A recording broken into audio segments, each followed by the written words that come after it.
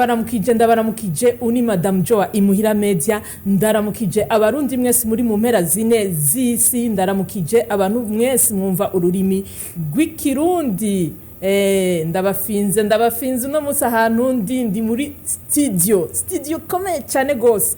Ego muri Edmonton murazi umuntu yitwa Kibo, murazi umuntu yitwa Chris Kibo videographe, Chris photographe, murabaza abo bantu. No munsi nagende muri studio yabo. Babantu bakunda kwifotoza bifotoresha amantu z'amatelefone ya Vodafone ya kera, ibintu tutazi ivyo ari vyo, mukifotora mugasanga picha nta nuwo bamenya, nta nuwo batahura. Karibu kuri studio ya Chris na Kibo, muzoronka amafoto meza, muzoronka ama video meza. Ego sindi ndavuga vyinshi. Rero turi muri hiver, nico gituma mbona twambaye amagunira, ni ibintu bisanzwe cyane. Murabizi Canada irakanye, ariko turi kumwe n'umushitsi hano mu artiste. Uyu mushitsi rero ndabatera inkuru ziwe. Nagiye kuri YouTube mbona indirimbo, ndavuga ati iyi ndirimbo ndayirondera ndabaza ndabarikiriza, baca barambwira ati uwo muntu turamuzi. Ugiye muri studio ya Chris na Kibo uramusangaho. Rero turi kumwe hano, twashaka wibwire abakunzi ba Imuhira Media, ubanze baramutse hama ubibwire. Abakunzi ba Imuhira Media ndabaramukije, uri imbere yayo ni Rufuku. Ego Rufuku, iryo ni izina abavyeyi bakwise? Oya, iryo ni izina nkoresha mu byo dusanzwe dukora, izina ry'ubartiste. Ni izina ry'ubartiste? Izina ry'ubartiste ntabwo ari izina abavyeyi banyise yandi mazina. Ego atabanga ni uyashikirije abakunzi ba Imuhira Media hari kibazo? Amazina abavyeyi banyise nitwa Ruganze Biduga.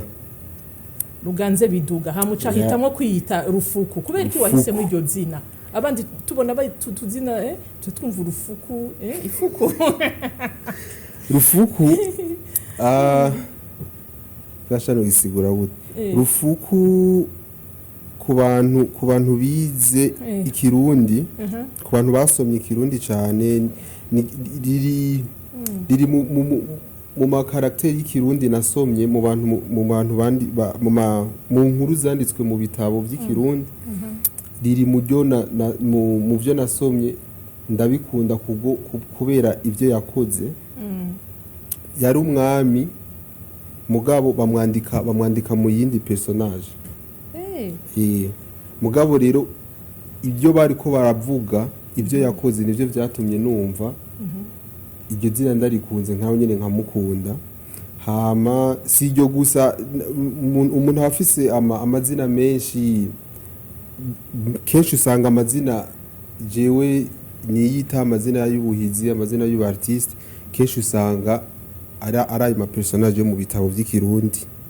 Umuntu yagiye arasoma nk'akaruriro nka Ngoma ya Sacega, ari we byitwa ko ari we yashizeho ibintu by'ubucamanza, ubushinga ntahe, yavugisha ukuri, yagwanira, ntabwo yaciza zangonde. So ni muri ubwo buryo na Rufuku ryaje. Reka rero tubaze umwami Rufuku wa Edmonton. Mbega urazi ikintu canzanye ga Rufuku? Nabonye indirimbo yawe iryoshe cyane vraiment, ndabona ku mastati presque nk'aba Edmonton bose barekubise ku mastati. Ngiye gutya nza ndayibona kuri Facebook, ndavuga ati uyu muntu Rufuku ntegezwa kumurondera, umwami wo muri Edmonton yitwa Rufuku, umwami w'abarundi, umwami wa East Africa, umwami w'abakunzi bose. None ga Rufuku, ibintu by'ubartiste wabitanguye ryari? Ibintu by'ubartiste je ntabwo natanguye nandika imiziki canke ngo ndirimba canke nkora rap. Oya, ahubwo natanguye natanguye ndi umudanser. Unyuma nyene ntumenye ukungene vyaje, ugatangura bivanye n'umartiste, ugasanga hari umartiste ukunda atanguye kukwinspira, nawe ugacuvuga ati reka ntangure kwandika utuntu. Natanguye kwandika utuntu ndi mu mwaka w'indwi secondaire. None natangura kwandika utuntu nyene, ugasanga n'utuntu uvuga ati ngerageze kuba nka naka.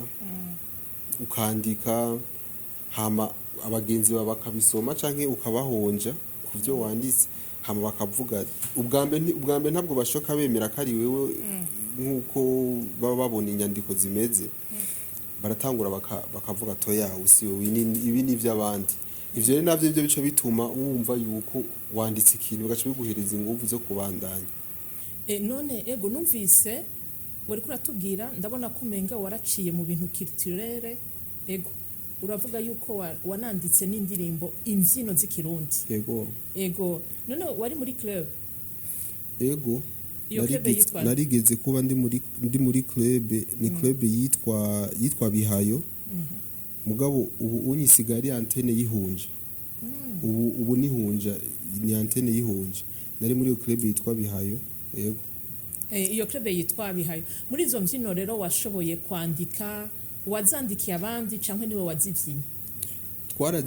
Twaraziyandikira tukanazivyina tukanazikorera ko imyimenyerezo yo kuvuza ibicurarangisho by'ikirundi mugabo ntabwo zagiye hanze ntabwo twazisohoye kubera yuko muri ico gihe twari mu myimenyerezo jewe naciye ndonka visa yo kuza tutaraja mu studio no kugira mugabo uwo twabikorana wewe yarabandanije yitwa Brielle Niyukuri afite indirimbo nyinshi kuri YouTube yatwaye n'ama award menshi mu bintu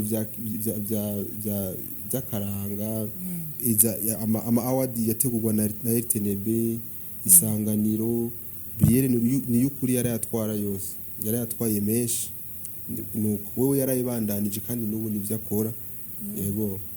Okay, murakoze turamenya umuntu witwa Brienne Niyukuri no musi nashika muhira ndamurondera ndabe izo mbyino ziwe rero washoboye no kutubwira ati narashoboye kwiga ibicurarangisho bijanye n'imico n'akaranga ku Burundi ibicurarangisho ushobora kumenya kuvuza nibiye ubu unye nta na kimwe ushobora kumenya nta na kimwe ushobora kumenya kuvuza kubera nakubwiye twari tukiko turavyiga jewe nariko ndiga umuduri nari natanguye kuza nyene ndakurikira buhoro buhoro mugabo kubera ico gihe cose cace kubera naciye ndabirika maze kuzino ntaho nigeze nsubira guhurira n'umuduri umva ntaho nigeze nsubira guhura n'igicurarangisho cy'ikirundi ngo subire ngo ndavyimenyerezo ya noba mbeshe mvuze ngo ndazi ngo kuvuza igicurarangisho cy'ikirundi mugabo nariko ndiga umuduri haheze igihe kinini numva kuva muri za 2014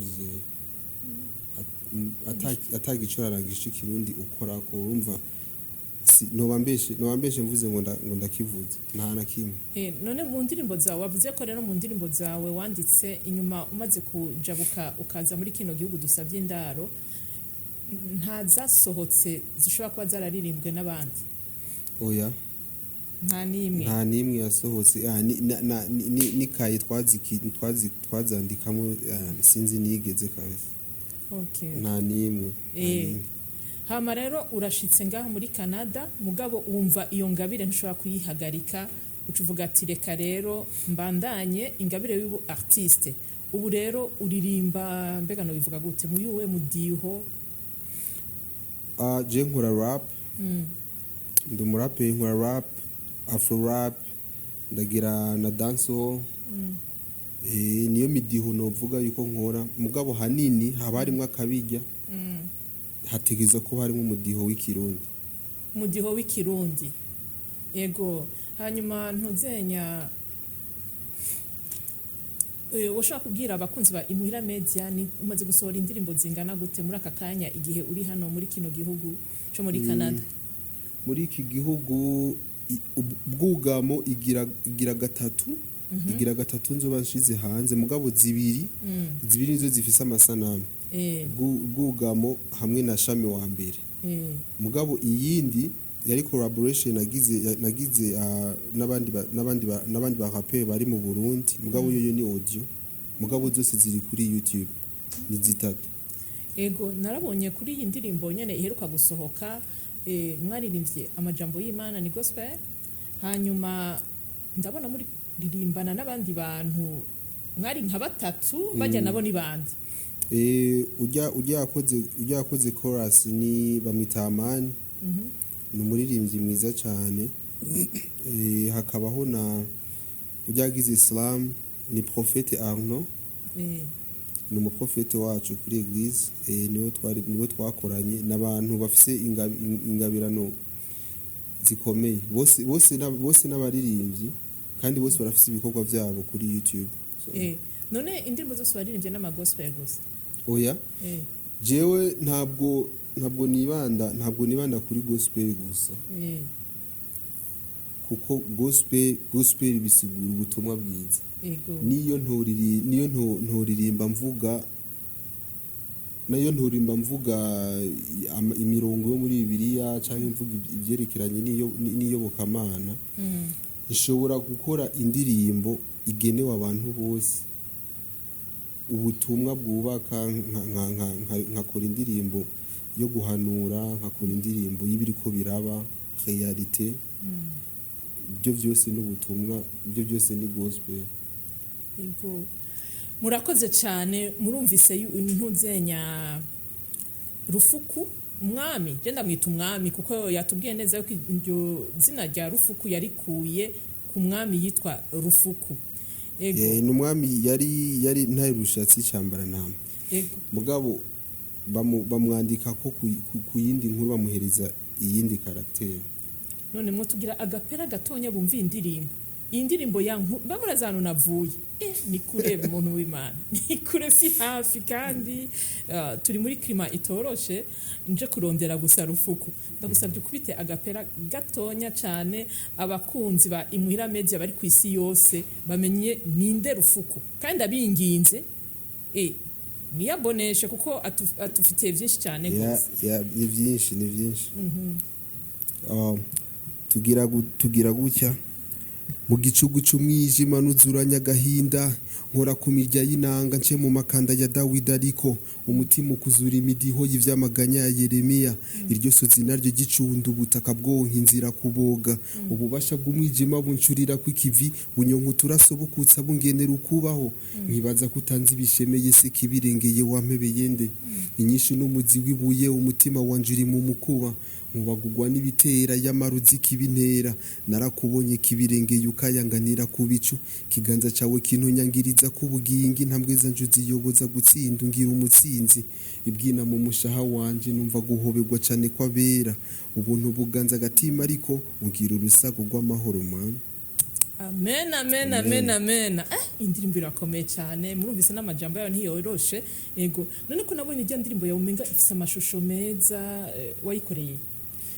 Indirimbo kwigira amashusho meza bisaba yuko ufise umudirector wa nyawe abishoboye.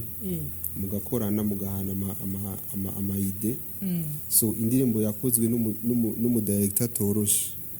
Umudirector nuwahere ko hari abantu benshi bafise Kibo director.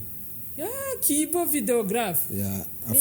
Afise igisagara niwe gusa. Igihugu yaragifashe. So iyo ukoranye n'umudirector w'umwuga kandi afise creativity, nta kosa aguhereza ibintu bisukuye.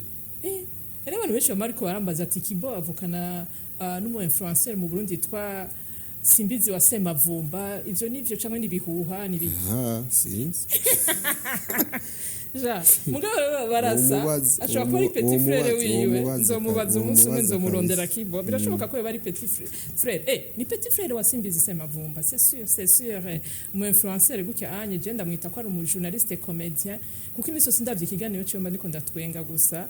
Ego, niyabona iki kiganiro turamuramukije. Chenzi ko kibari kinege.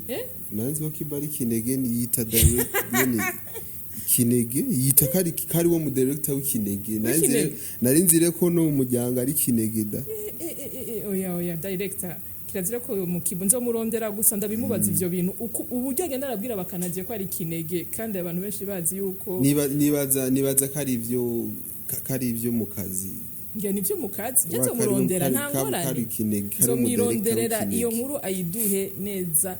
Ego, nuko rero ndanezerewe cyane gose no kuza kukuraba cyane cyane kuri irya ndirimbo yawe hama abantu bakavuga ati ntuzenya Rufuku turakeneye kumukwirikirana twumvise amakuru yiwe bagukura muri ayo ma platform indirimbo canke indirimbo yego n'amaposte yawe yose uba ukeneye yuko abantu bayakurikirana yego indirimbo iri ku ma platform yose agurisha imiziki ya audio Spotify, Apple Music, Boomplay, Audiomack, ama platform yose agurisha umuziki zirimo kuri YouTube irahari video hama ku ma social media nahone Facebook ni Rufuku, Instagram ni Rufuku, TikTok ni Rufuku, hose ni Rufuku.